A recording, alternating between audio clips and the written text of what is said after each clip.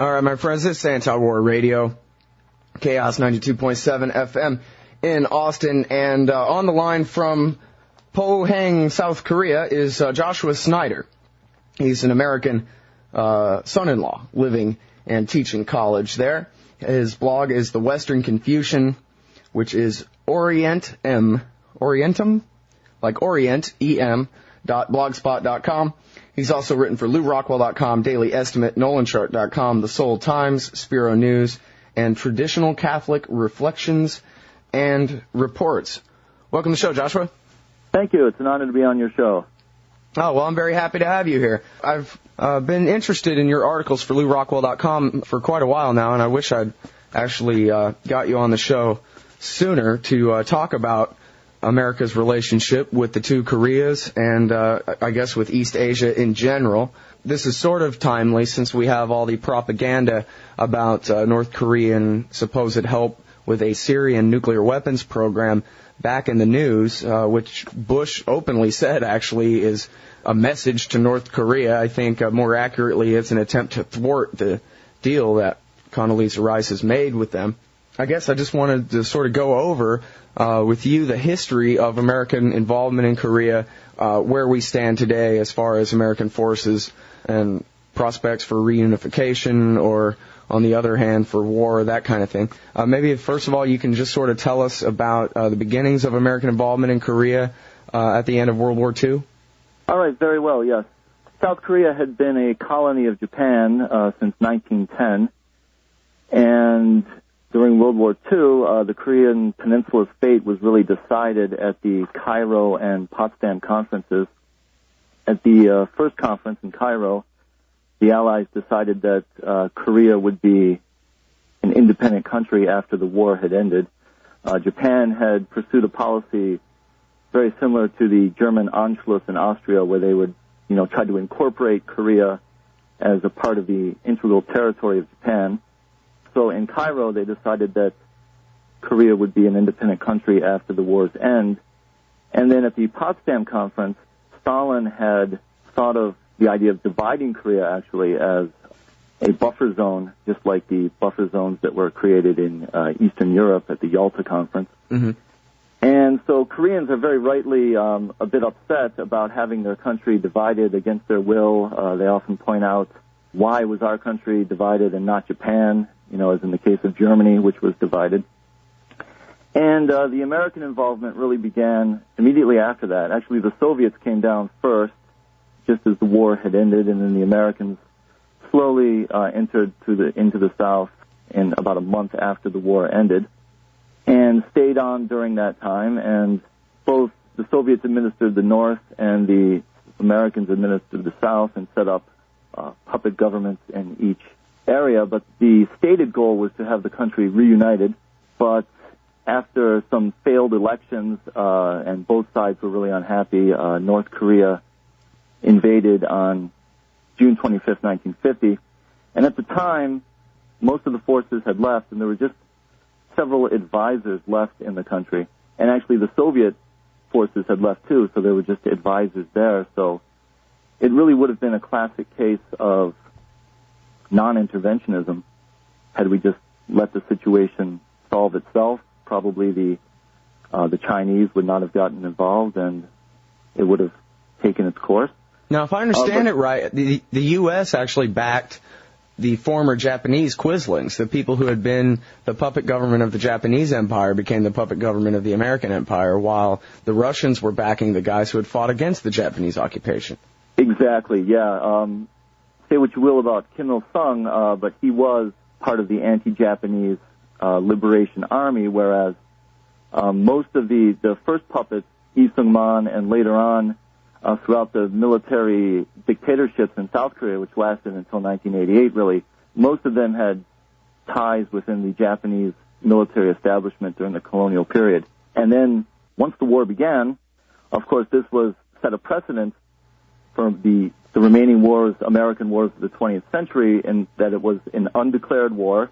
It was officially called a police action. It was, it's still officially known as the Korean conflict, not the Korean War, because it was never declared. And it was also fought under UN auspices, which we can see many similarities with Vietnam and other actions that America has taken in the 20th century very similarly. And interestingly, at the time, Senator Robert Taft was the main critic of Truman's unconstitutional sending of troops over here. And that really was the first time that an American president had dispatched troops into a major war. I guess there have been, rescue missions and so forth, so-called things like that, fighting against Pancho Villa and that sort of thing. Exactly. But as far as getting us into a major war, this is the first time that the president told Congress, I don't even care what you say, the UN Security Council has recommended it, and that's all the authority I need. Piss off. That's exactly what happened, and it was a major war. Over 50,000 American troops lost their lives, and 1 million Koreans were killed in the conflict. So it was a huge war, and it was, like you said, undeclared. It's funny, they call it the Forgotten War, which I was born in the late 70s, mid-70s, I guess now. But I grew up with MASH, so it was never the Forgotten War to me. But apparently before MASH ever came out, this was the war that everybody pretended never even happened or something. Exactly. It was just kind of quietly forgotten, and it started in 1950, and then by the 1952 presidential election, both Robert Taft was running against Eisenhower in the primaries, and of course Taft had more of the non-interventionist platform, although it wasn't pure non-interventionism. He kind of wanted to continue with some involvement, and Eisenhower was, promising some withdrawal of the troops. And a year after he took office, it did end in a stalemate, but as you know, the Korean War is still technically going on. It's a ceasefire, but the state of war still exists between the two countries, the two Koreas.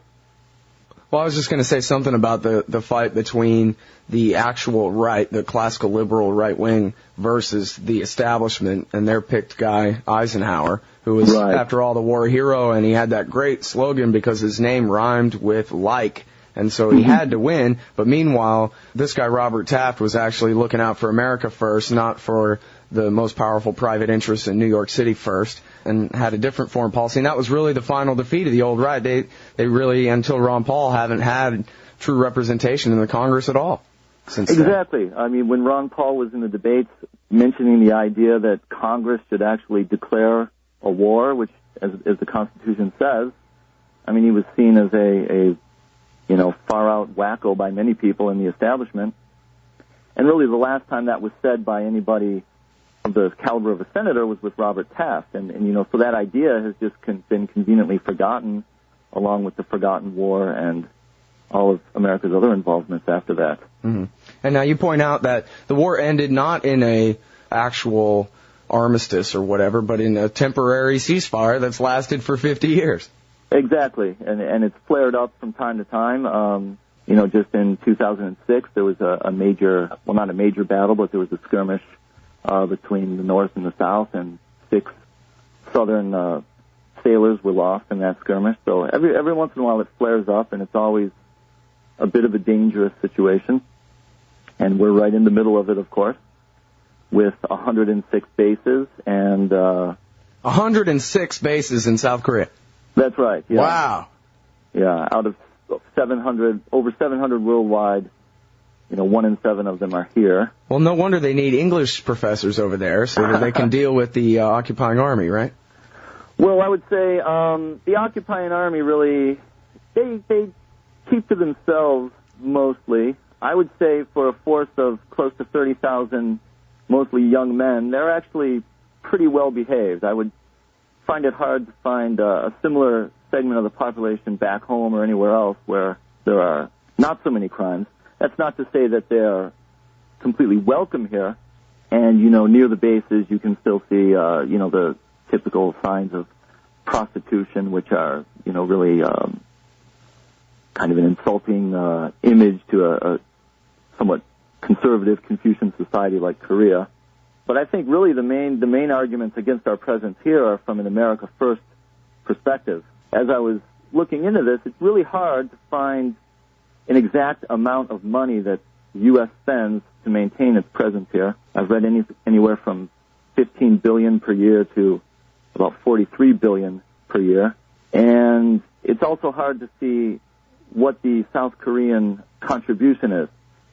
When I first got here in Korea in 1997, I remember reading that 88% of the cost was provided by the United States.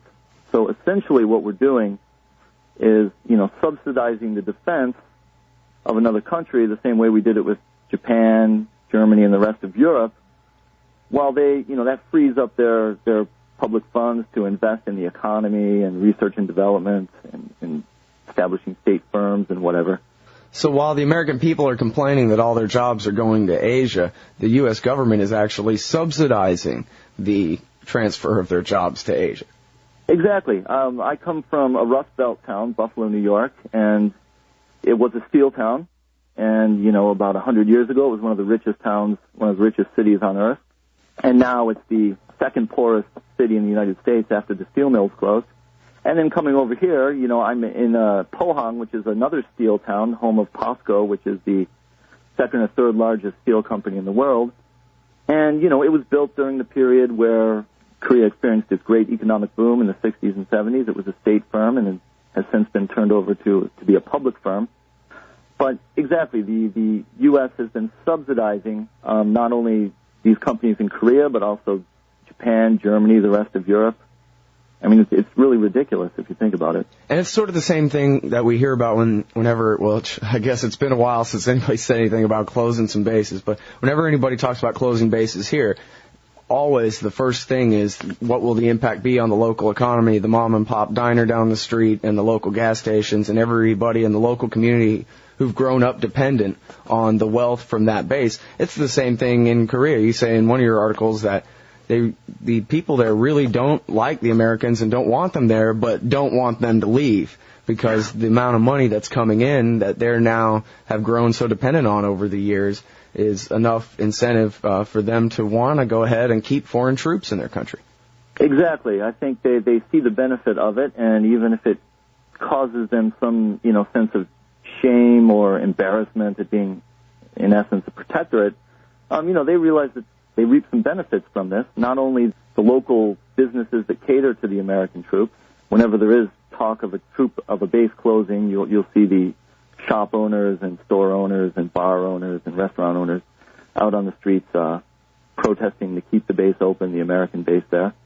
But also, as I said, the benefit to the overall economy, having the Korean defense essentially taken care of by another country. And let's not forget that South Korea is now the 12th largest economy in the world. Why are we providing for their defense if that's the true rationale that's given? Well, yeah, I guess the argument is that the North Korean army would come pouring over the DMZ and conquer the South if we weren't there as the buffer zone to protect them. That is the main argument that's put forth, and it's true that North Korea has about twice the number of soldiers in uniform that South Korea has, but by all estimates, the South Korean army has surpassed North Korea's military capability back in the 1980s. So really, South Korea could easily take care of itself. They have, this is a prosperous capitalist nation. It's very innovative, lots of new technology. North Korea, as everyone knows, is a basket case. It has a military-first policy, putting most of its money into the military, but there's no room for innovation in a Stalinist country, and, their equipment is old and outdated. I really think that North Korea, even if the U.S. troops were not here, would not attempt an invasion of the South. Well, they'd need, I think you mentioned in one of your articles that they would need the permission of the Chinese anyway to do so, and the Chinese would never give them permission to start a war on the peninsula there. Exactly. China is really interested in regional stability. It has the old relationship with North Korea that goes back to the war. But really, for China, South Korea is a much more important trading partner and economic and cultural partner. There are students and, exchanges between both countries.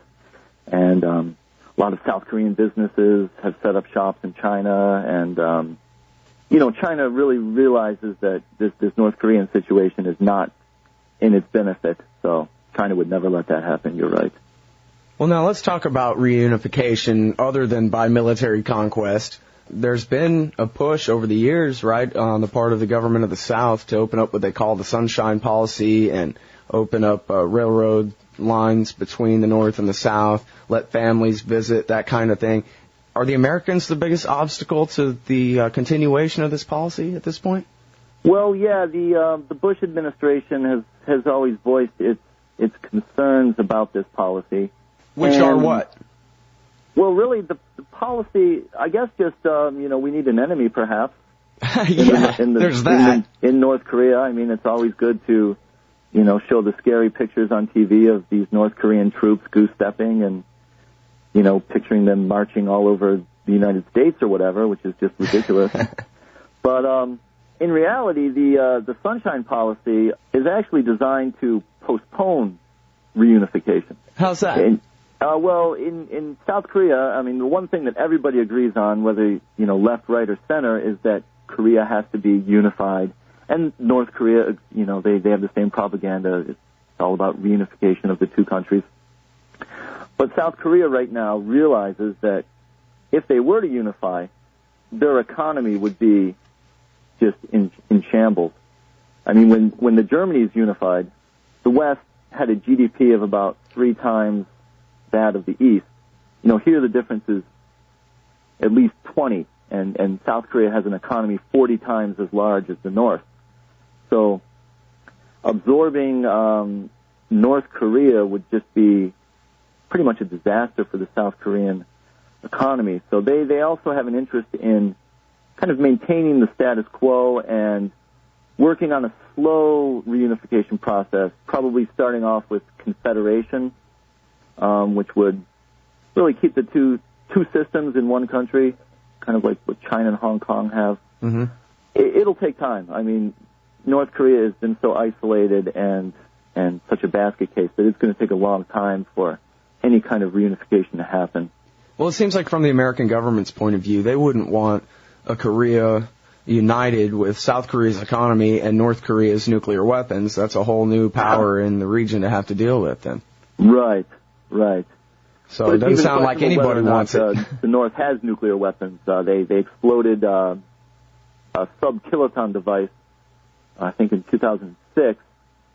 And, it still has not been confirmed whether or not that was a nuclear weapon or just a big dud or a hoax with, tons of dynamite or whatever. So. Well, I thought they had detected plutonium traces, which sort of put the lie to the Bush administration's accusations that they were making weapons out of a secret uranium enrichment program, which was the excuse for breaking the deal in the first place, and an accusation that they're still making, really. But I guess my impression was it sort of half fizzled out. That it was a nuke, but it only kind of half worked or something along those lines. Right. So, yeah, there's really doubts about them having the technology to really pose a threat to, not even the United States, but even to South Korea, really. And, I've been here through a lot of these crises and, when the tension ratchets up and, the South Koreans really are not that worried. They don't fear an invasion.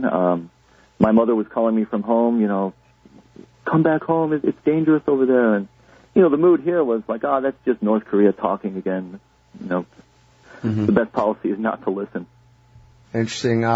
Now, you talk also about another excuse for keeping American forces there is to contain China.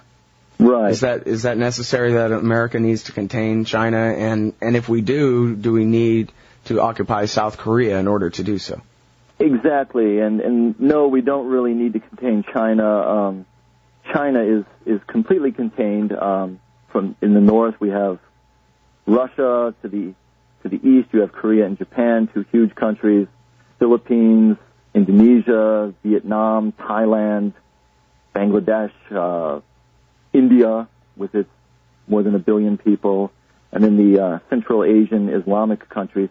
So China really is pretty much geographically contained. And also what a lot of people don't talk about is we hear a lot of fear about this Chinese century coming on, and with China's one-child policy, where people can only have one child, there's a huge demographic time bomb just waiting to go off in China, where they'll have such a large number of elderly people and not enough of a workforce that's young that it'll be a huge drain on their economy. So they're also contained in that way. So I wouldn't worry about China that much. But I do think that is the justification, one of the large justifications for having us here. And it's been said that there's talk in the works for a kind of pan-Asian security union that would include the U.S., of course, kind of like NATO. The U.S. would be involved in South Korea, Japan, Taiwan, and Australia and New Zealand. And, of course, this kind of talk is just pushing China and Russia closer together, making the world more unstable. Well, that's a good point. Nobody ever seems to focus on that, but when you declare global hegemony and you attempt to corner everybody who's not already owned by you, all you do is guarantee that you won't have global hegemony. We see even the Europeans getting closer to China and Russia. Exactly. And it's just it's a complete mess of a situation. And back in 2006, this was very quietly changed, but the United States and South Korea agreed that the U.S. forces in Korea would have what is called strategic flexibility, meaning that they could, at their own will, operate outside of Korea in any kind of regional or, for example, a dispute between China and Taiwan. The U.S. troops could just zip over from Korea and get involved in that. And, without asking specific permission, you mean? Right, exactly. I didn't even know about that. And then you say that was changed, though? No, that began in 2006. Before, that would not have been possible. So, this is sort of when they talk about, for example, when America bombed Libya and France denied us airspace, that kind of thing. Exactly. But this is like a carte blanche, a blanket permission that you can launch attacks on other nations from our nation. Exactly, yeah.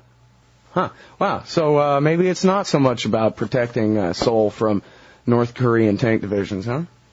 That's my take on it, yeah.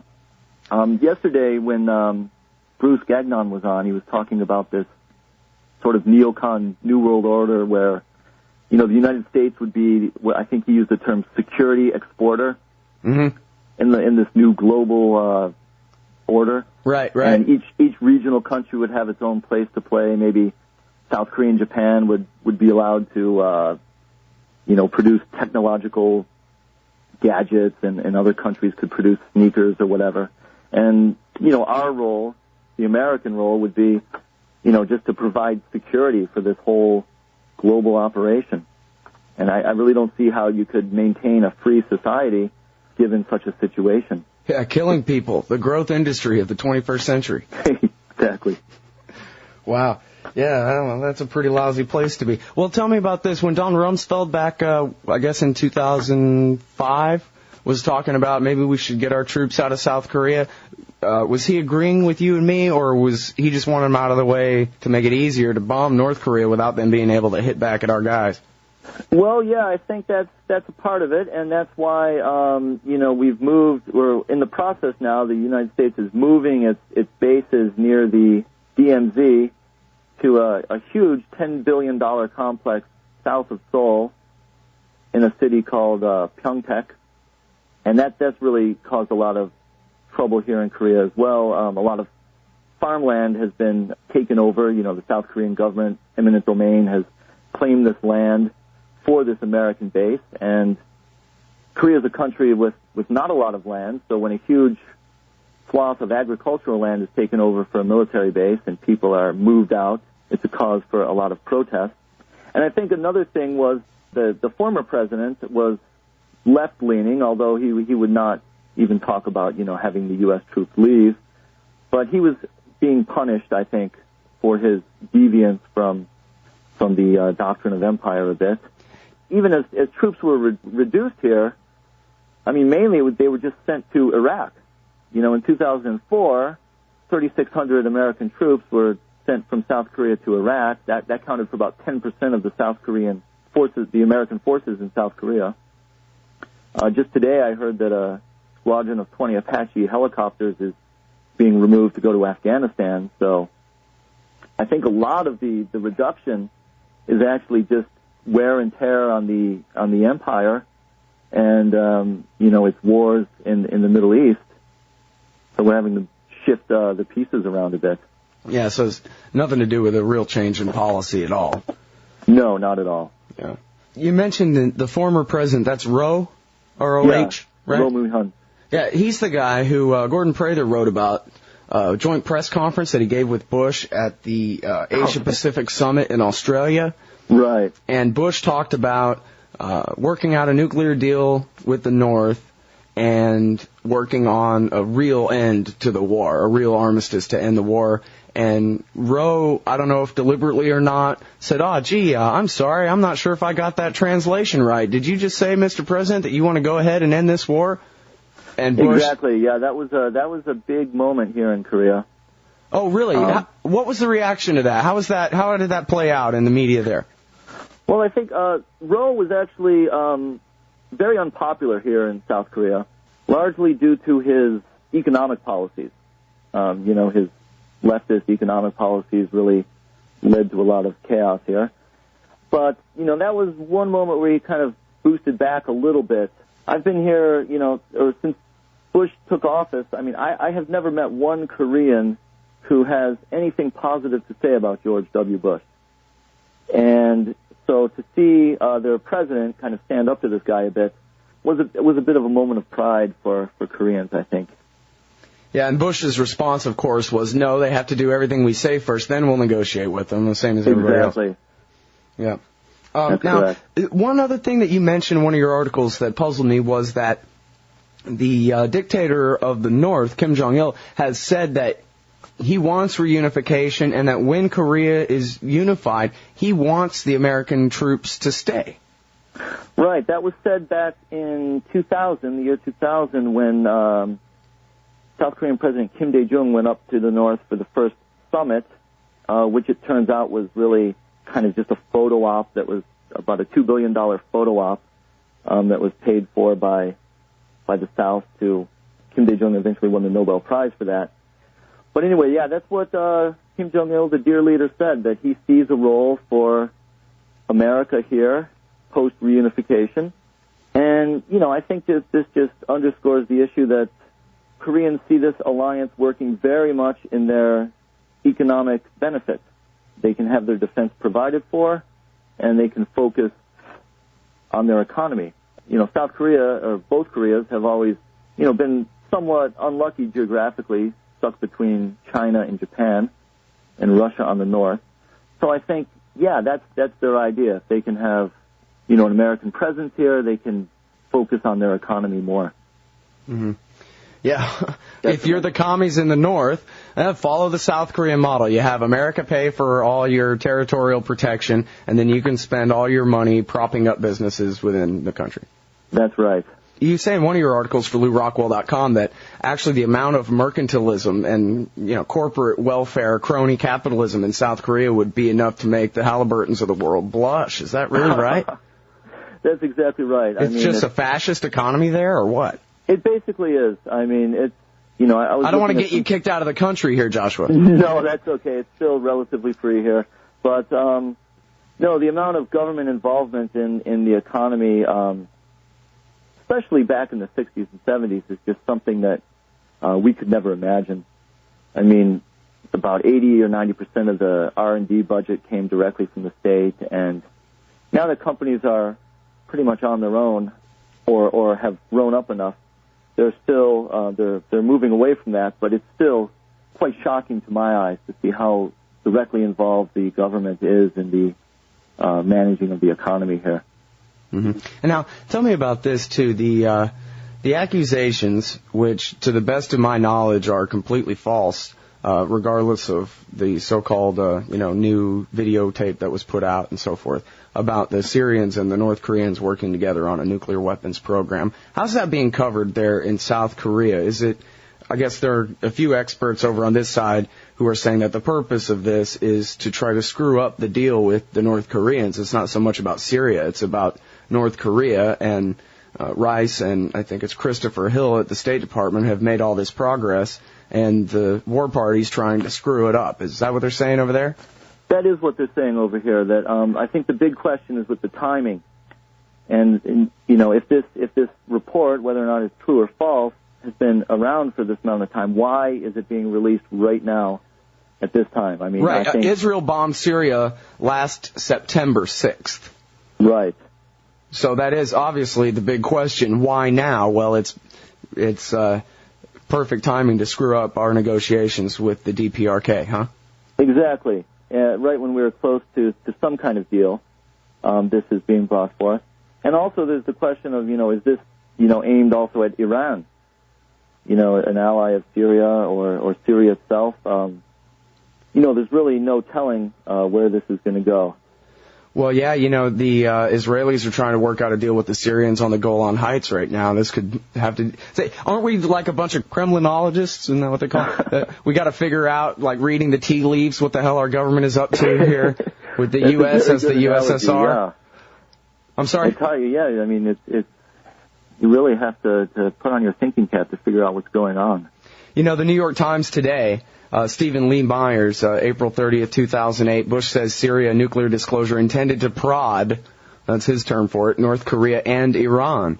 So there's that. But one of the things in here that really caught my eye was the North Korean activities that Bush is concerned about include what administration officials assert are a still undisclosed program to enrich uranium and the sale of nuclear technology to countries like Syria. So we have the bogus Syria thing here, but we also have this accusation that's been floating around since 2002 that the North Koreans have a secret program to enrich uranium with equipment that they got from the Pakistani AQ-Khan nuclear black market network. And still to this day, I think in other places, the New York Times has admitted there's still not a shred of evidence for this. This is the excuse that Bush used to break the agreed framework in 2002, and still this is our excuse for not sealing the deal with them in 2008, is they must be keeping it secret because otherwise we could prove it exists. Exactly. Incredible. How's that logic for you? Yeah.